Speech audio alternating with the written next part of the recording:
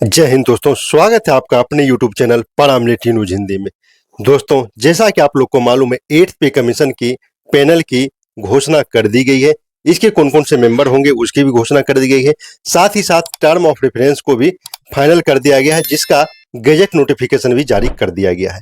लेकिन अब सबसे बड़ा सवाल खड़ा हुआ है, जो कि ऑब्जर्वेशन किया है All India Defence Employ Federation ने, क्या 8th पे कमीशन की लागू होने की तिथि बदली जा सकती है, जो कि 1 जनवरी 2026 से लागू होना, क्या वो आगे पीछे हो सकता है? क्या कुछ कहा गया है इस फेडरेशन के द्वारा, इस लेटर में हम देखेंगे और जानेंगे। तो वीडियो को बिल्कुल आप स्किप ना करें, वीडियो के अंत तक बने रहे। अगर आप हमारे चैनल पर नए हैं तो चैनल को सब्सक्राइब कर ले, वीडियो को अपने दोस्तों के साथ शेयर जरूर करें। जैसा कि आपको स्क्रीन पर दिख रहा होगा, मोस्ट अर्जेंट लेटर जारी किया गया है 4 नवंबर 2025 को। हमारा TOR जो जारी हुआ था, भारत सरकार का राजपत्र जो गजट नोटिफिकेशन जारी हुआ था, वो 3 नवंबर 2025 को जारी हुआ था। मैं इसका कॉपी लगा दूंगा डिस्क्रिप्शन में, आप लोग जाके पढ़ सकते हैं। ये लेटर जारी किया गया, लिखा गया श्रीमती निर्मला सीतारमन जी को। जो श्रीमती निर्मला सीतारमन जी को All India Defence Employ Federation द्वारा एक लेटर लिखा गया 4 नवंबर 2025 में, जिसमें लागू होने की तिथि जो इसका इफेक्ट फ्रॉम है 8th पे कमीशन का, उस पर चर्चा किया गया है कि इसमें कहीं ना कहीं कर्मचारी का एक संशय बना हुआ है कि इसमें इस चीज का कहीं कोई जिक्र नहीं किया गया। तो चलिए हम नीचे देखते हैं क्या कुछ लिखा है इन्होंने अपने लेटर में। मैं ये लेटर लगा दूंगा आप लोग के साथ, आप लोग इसको देख सकते हैं। तो पहले हम सब्जेक्ट देख लेते हैं। सब्जेक्ट में इन्होंने यहाँ पर देख सकते हैं लिखा है, request for making amendment in the term of reference TOR में जो है कुछ अमेंडमेंट की मांग की है। तो इसमें काफी सारे अमेंडमेंट है, ये डिफेंस के लिए है, तो डिफेंस का मांग किया गया है, यहाँ पर आप लोग पढ़ सकते हैं। इसमें केंद्र अर्धसैनिक बल के लिए कोई ऐसा मांग नहीं है, लेकिन जो एक महत्वपूर्ण पॉइंट था मैं उनको हाईलाइट कर देना चाहता हूँ यहाँ पर, कि डेट ऑफ इफेक्ट आपके स्क्रीन पर दिख रहा होगा। Date of effect of the recommendation of the 8th CPC, जो 8th CPC की लागू करने की तारीख है, इसमें इसका कहीं जिक्र नहीं किया गया है।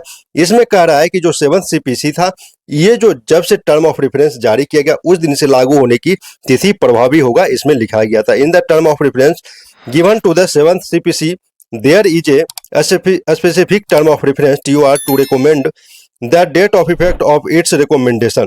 जब से ये रिकमेंड किया गया तब से लागू होगा, ऐसा कुछ लिखा गया था।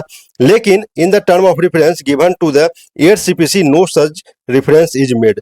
इस तरह का कोई भी रेफरेंस 8th पे कमीशन के TOR टर्म ऑफ रेफरेंस में कहीं नहीं लिखा गया, कहीं जिक्र नहीं किया गया। आप नीचे इसको पढ़ सकते हैं डिटेल से। तो ये कहीं ना कहीं सर इसको लग रहा है कि अगर ये 8th CPC का लागू होने की तिथि नहीं लिखा गया तो इसका सीधा असर आपके पे स्ट्रक्चर पड़ेगा, वो आपका DA हो, HRA हो, कोई भी अलाउंस हो, इस पर इसका सीधा असर पड़ेगा। अगर इसके डेट का जो लागू होने की तिथि मेंशन नहीं है, कहीं आगे पीछे हो जाए, तो ये केंद्र कर्मचारी, केंद्र अर्धसैनिक बल में एक कहीं ना कहीं एक संशय की स्थिति पैदा हो गई है कि सरकार आगे क्या कर सकती है। अगर लागू होना है तो उसको क्लियर डेट इसमें मेंशन करना चाहिए, जिसमें इन्होंने यहाँ पर मांग की है।